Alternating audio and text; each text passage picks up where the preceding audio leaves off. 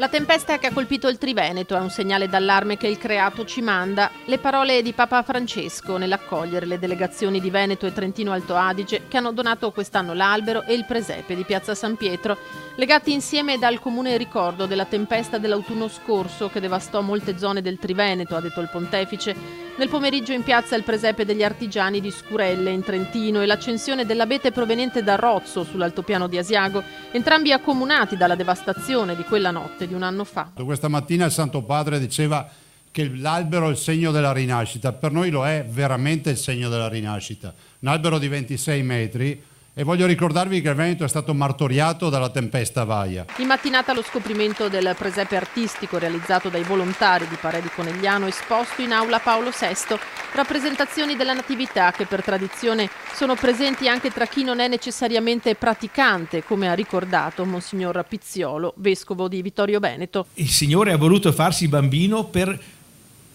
presentarsi ai nostri occhi nella sua tenerezza. Il mio augurio è che davanti a questo presepio, come davanti a quello dell'Aula Nervi, come davanti a quello delle nostre parrocchie o delle nostre famiglie, noi realizziamo quello che dice il prefazio primo del Natale. Attraverso lo sguardo attratto dalle cose visibili e dalla loro bellezza, siamo rapiti all'amore delle realtà celesti.